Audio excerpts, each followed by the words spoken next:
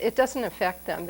A lot of people who live in the Berkeley Hills have no idea that there are gangs in Berkeley and there are drive-by shootings and kids are being killed.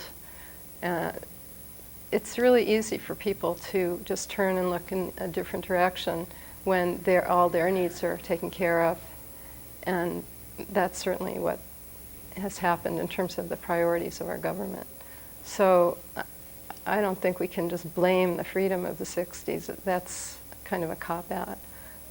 There are always going to be, the tide keeps turning, and there will always be periods of time when people are experimenting, but what really affects the climate of a whole country is how people's basic needs are attended to, and I don't think that has been a priority for a long time in this country. Can the government pick up the slack when the family stops being responsible for raising the children?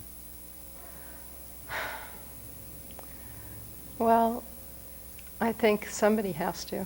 Somebody has to. You see any signs that an extended family system is coming into place that might replace the loss of the nuclear family? I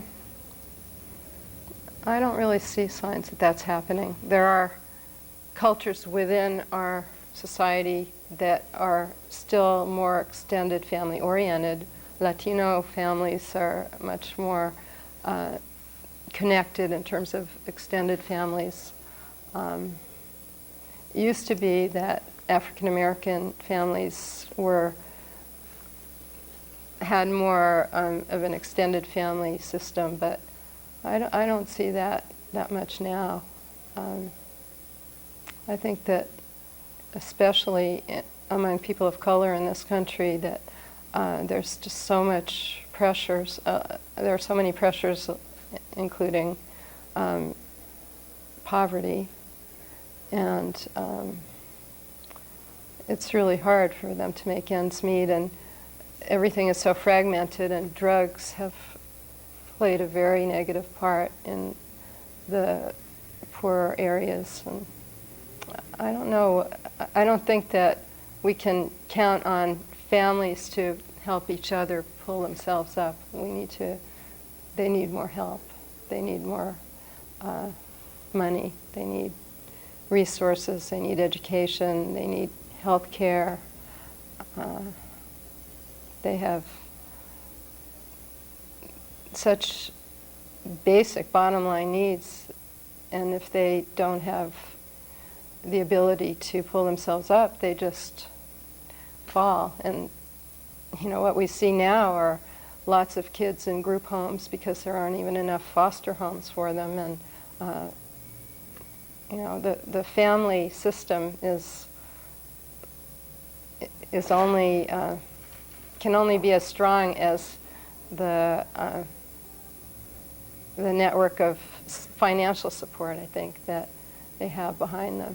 When I work with, my orientation as a psychotherapist is in family systems, and I think that's what works best, is to work with the whole family. But there are very few families, if you look around. I mean, even among my friends, I don't see that many families that are together where there's a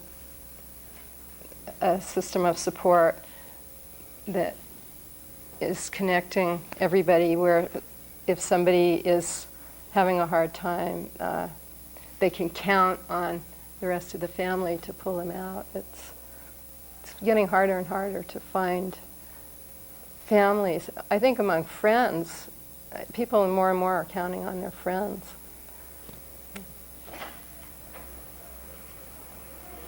What would you say today to the college students that were interested in building a better society? I would say thank you for reaching outside of yourself and caring about other people, because that's really what we need, is for more people to reach out. And we, in the 80s and the 90s so far, there's been a lot of selfishness, and I feel very happy and a little bit hopeful when I see college students involved in politics, or even in any kind of social change, even well, or I should say especially when they come and volunteer and work with kids in the schools. There are a lot of college students of color who are doing that, actually, who have a feeling that they want to help their own people. And that's very reassuring. But there aren't enough of them. There aren't enough college students have the opportunity, enough enough young people of color who are college students in the first place, because of the expenses of being a college student, not to mention everything that leads up to the point where one gets accepted to college. So, but I feel very appreciative when I see that there are college students reaching out. Where do you find your hope from day to day? What do you see as the good sign of what's coming? Well, I get a lot of love from my friends and my family, and I feel fortunate because I have a lot of inner strength from having had a fairly supportive childhood, a supportive family, and I think that's carried me through a lot of difficult times. And in terms of hope for the future, I do what I can, and I have a lot of colleagues at the school where I work who put a lot of energy into making Martin Luther King Junior High a really good place. It's a school that has made amazing strides in the 9 years I've been there.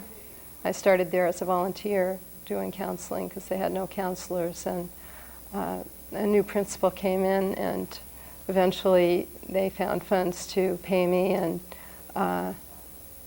he started getting rid of burnt-out teachers and hiring young, energetic teachers. And even though their pay is terrible, like $23,000 a year for new teachers who just come out of school or have only worked for a couple of years, the energy that they have is very moving, and I get a lot of strength and hope from seeing them. And even though my work is very intense, it's the ambiance at the school where I work is very positive, and that gives me a lot of hope. I hope that there are more schools that have such enthusiastic, energetic staff, and it's really a good feeling to work in a place like that. So that gets me through the hard, depressing days when one kid's talking about suicide and another kid's run away from home and another kid's on drugs.